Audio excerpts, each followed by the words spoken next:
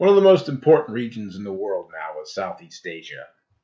Located between India and China, this area is going to have some of the highest GDP and population growth over the next few decades. Compared to most of the 20th century and before, Southeast Asia is experiencing a period of unprecedented peace and prosperity. Key to this, I believe, is ASEAN, the Association of Southeast Asian Nations, arguably a more successful version of what the European Union should have been.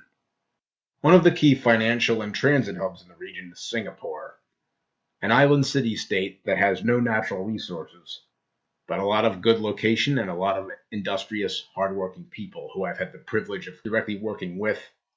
Singapore sits between Indonesia and Malaysia, right on the Strait of Malacca, where most of the world's transit goes through. Singapore is unique in that it rose from third world to first world in the span of a single lifetime.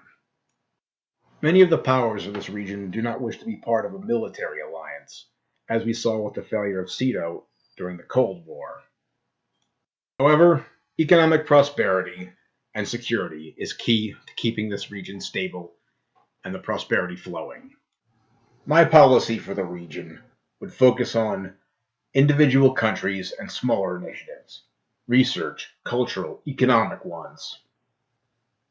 Instead of a large-scale single project with one-size-fits-all, each country would be dealt with by specialists and those with direct ties to it.